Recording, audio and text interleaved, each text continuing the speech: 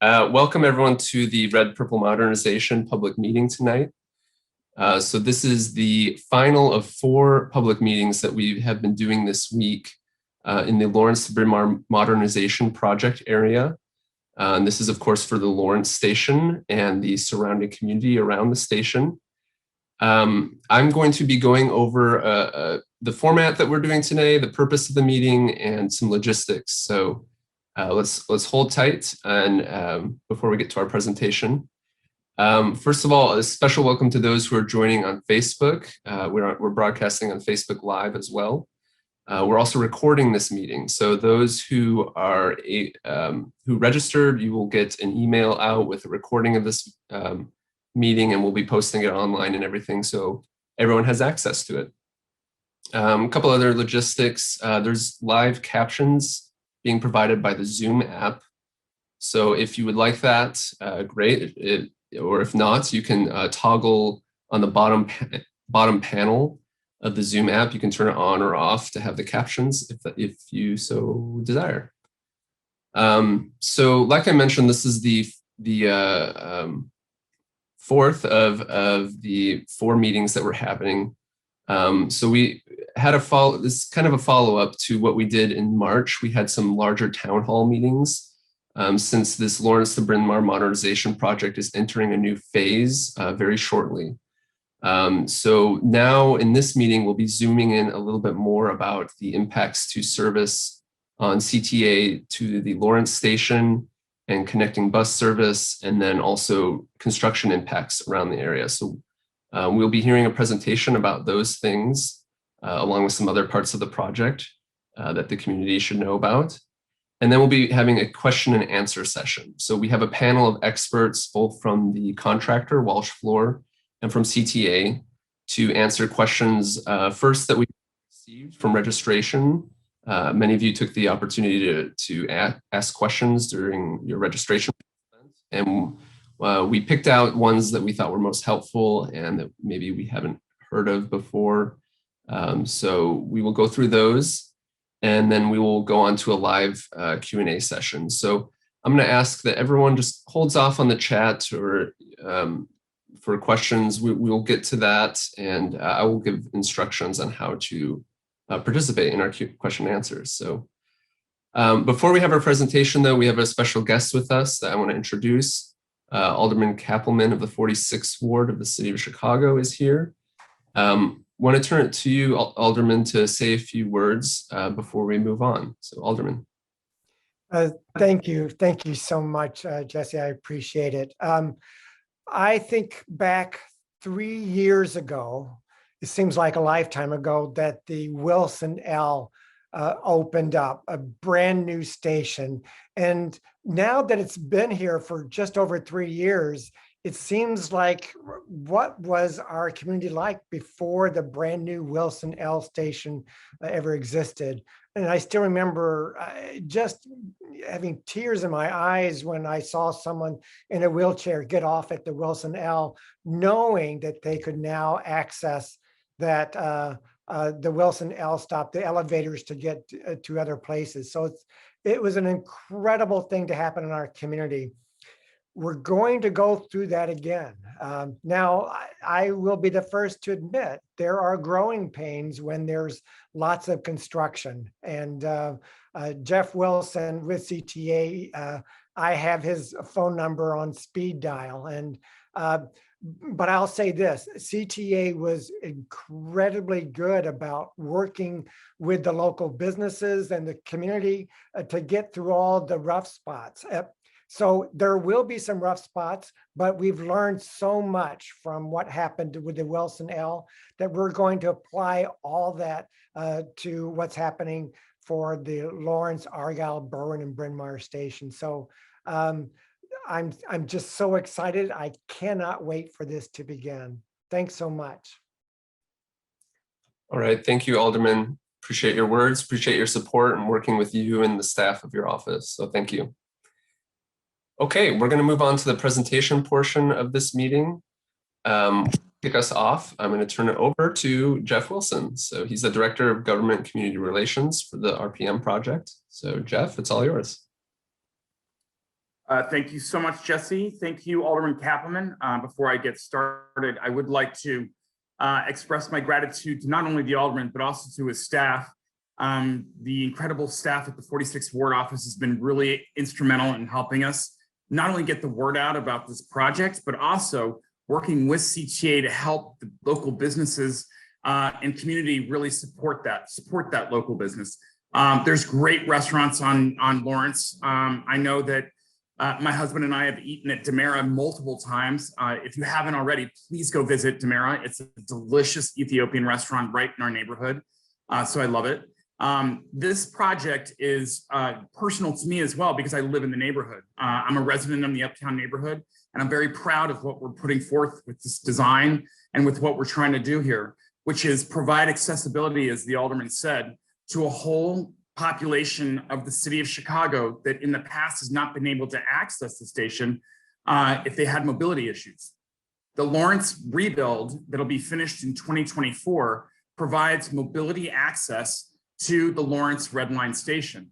It's going to have modern, fully accessible elevator and escalators, and we're going to be rebuilding that track structure with the signal system and the embankment structure.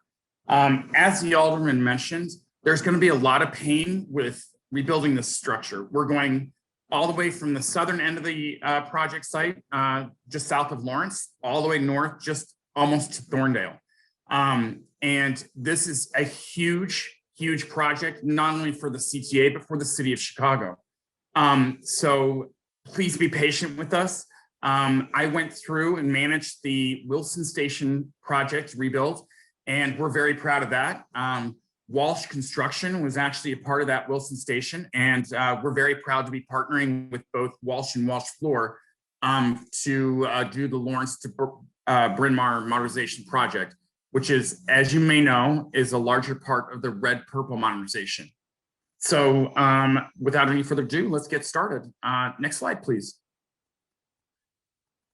So as you can see here, this is a current, well, almost current. This is a little at the end of the winter view of the Lawrence station looking south from the main entrance. What can I say? It's hideous. It just looks terrible.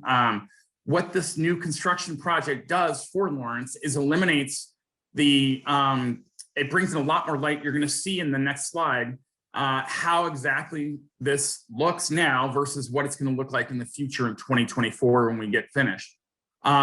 This station has huge problems, not only with mobility accessibility for members of the disability community, but it also has a huge pigeon problem. We get constant complaints about the pigeons that roost here, and Alderman Kappelmann and I, the staff at the 46th Ward, spend an inordinate amount of time trying to mitigate the pigeon problem at this location. You're going to get 21st century modern infrastructure located here. What's going to be interesting is that the new station house is actually going to be on the north side of the street when we're done in 2024. Next slide, please. And here you have it. This is a rendering of the new station that's going to be built on the north side by 2024. And as you can see, CTA has taken special consideration with regards to adding bike racks and clearing the columns from the street and making it brighter. The windows are bigger. It's going to be better for a line of sight with regards to safety and security for people walking. It becomes a much more inviting station house. As you can see too, the CTA has added signage and wayfinding to with the at the top of your screen, as you can see. And it just is a greater, more welcoming station than it was in the past. Next slide, please. Now here's a picture, a rendering of the auxiliary exit. As you can see, there's additional bike racks. The height has been increased to allow for more sunlight and visibility. Just a much more inviting station. Next slide, please. So as you can see here, the new station house is going to have the programmable lighting that's built into this is actually an image looking towards the Aragon Theater. So, or excuse me, it's looking east. or west. It's looking west. My apologies. Sorry. This is an image looking west. Next slide, please. So I want to take this opportunity to talk a little bit about the schedule and the project timeline. As many of you know, that between 2019 and right now, we've been in the process of utility relocation work. The CTA and Walsh Floor had to engage in getting all the utility that's currently in and around the station out of the way so that we can build this project. We're wrapping that part up right now, and on May 16th, we're going to actually in earnest begin what we call the Stage A process of the Lawrence to Bryn Mawr Modernization Project. So as you can see on your screen, Stage A begins on May 16th, and we'll be going Stage A until the end of 2022, beginning of 2023, at which point we go into Stage B. How the Stage A and Stage B work is what I'm going to talk to you about. If you could do the next slide, please. So here you see the map of the red line going from Sheridan north to Morris. Stage A is the east half of the tracks. Stage B is the west half of the tracks. Stage A is the northbound tracks that we're going to shut down, and we're going to build a barrier between the east half and the west half of the tracks. The east half will become the construction site, and the west half will become the transit, the tracks. But that's just during construction. And what they'll do, what Walsh Floor is going to do is they're going to put a barrier in between these tracks to keep the transit side safe while they do the construction on the east side. That's going to be a really noisy process. They actually have to vibrate sheeting in to keep those tracks separate. And we're going to talk about later in this presentation about that.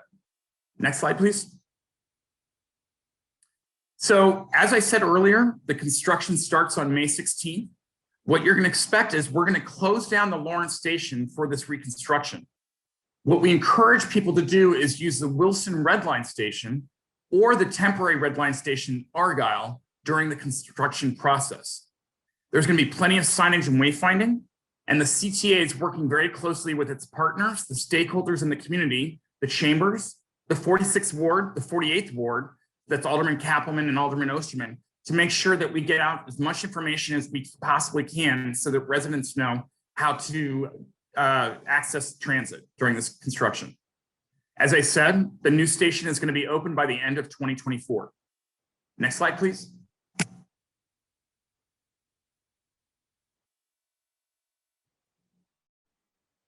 So here you have a slide that depicts what the construction equipment is going to look like and how Walsh Floor is going to actually implement it over the next 6 months.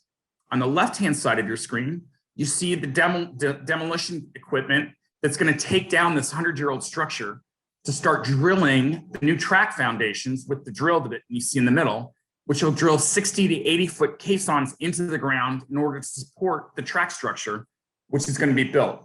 As you can see on the right-hand side of your screen, that is a box girder that is part of the track structure that's going to be built. Next slide, please. So this is two types of the equipment that you're going to see. This is going to be a very noisy project, especially when we're doing the demolition and we're going to be doing the track separation that I talked about earlier. We have to demolish the tracks, we have to demolish the station, and we have to demolish 11 viaducts that cross the street in the project zone. So what Walsh Floor is going to do is they're going to be building access ramps on where the intersections are in the project zone so that we can get some of the equipment up to the CTA right-of-way, which minimizes the impacts of the surrounding community. While we do this, there's going to be significant noise and dust and debris. The demolition work is expected to start in May 16th and then go through the end of 2021. Next slide, please. This is one of the equipment pieces that's going to be drilling the foundation structure. These new concrete columns are going to be supporting the new red and purple line track structure that's going to be built. The track foundation and column construction work around Lawrence is expected to start on Ainsley in early 2022 and be completed at Leland in the late summer of 2022. Next slide, please. And here we have it. This is called the Gantry. This is a Gantry system that is new to the city of Chicago. We've never used this kind of construction before. This is a very innovative way of doing the construction to rebuild the track structure that's being introduced by Walsh Floor. This piece of equipment is about a football field long, and the ingenuity of it is that it will lessen the amount of construction impacts in the neighborhood. As you can see, this giant yellow construction equipment, the Gantry, is, like I said, about a football field long, and it literally strings together those box girders that you see at the bottom of the screen. And what the CTA is going to do is we're going to come back out to the community this summer to talk to you specifically about how the Gantry works, how it's going to be introduced into the community, and more information about that to come. So stay tuned. Next slide, please. So we're going to talk about the impacts and the mitigations that are going to be taking place with regards to the construction. And here to do that is my friend and colleague, Tammy Chase. Tammy Chase is the Director of Communications for CTA and the Red Purple Modernization Project. Tammy? Thank you, Jeff. Appreciate that. And thank you everyone for being here tonight. It is an honor to talk with you about this project. We're really excited. We're nervous for you guys as well. We want to give you as much information as possible. So let's get into it. As you can expect with a project this large, this complex, there will be significant impacts. So we'll go through what those are and what those mean for your community, as well as the things that CTA and the contractor can do to lessen some of the impacts that will be felt. So impacts that will come from this project include a fair amount of noise and vibration work, sometimes more intense than others. Street closures will be necessary as we demolish and rebuild structure. Alley closures, particularly the alley along our red line tracks behind Winthrop Avenue, all the way from Thorndale in the north to Leland on the south, will be affected with a lot of closures, and we'll go over that more in a minute. There will be a lot of truck traffic. There will be dump trucks and other vehicles coming in and out of the neighborhood, as well as occasional traffic lanes, sidewalk closures, et cetera, to get the work done. And we'll go over those details a little bit more in a minute. In terms of what the contractor can do to lessen the impacts on the community, one of their commitments is to keep the area as clean as possible. So they will be doing street sweeping to keep your community clean, as well as dust mitigation efforts with the use of water to, again, minimize dust and impacts in your community, and again, try to keep your neighborhood as clean as possible during construction. In addition, the contractor will do the noisiest activities during the daytime hours as much as possible. They also have tools at their disposal, including things like sound barriers and noise blankets that can muffle some of that noise so it is not as loud as it would be otherwise. And of course, as with all CTA projects, we will continue to do rodent abatement throughout the construction process. Next slide, please. So let's turn to alleys. As I mentioned, there will be significant alley impacts for the Lawrence area between Ainsley and Leland. We will have rolling closures of these alleys along behind Winthrop Avenue and next to our tracks from 2021 to 2022.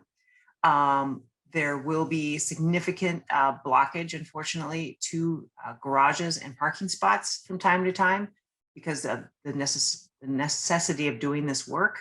I can tell you that your garbage and recycling pickup will be maintained throughout the construction process.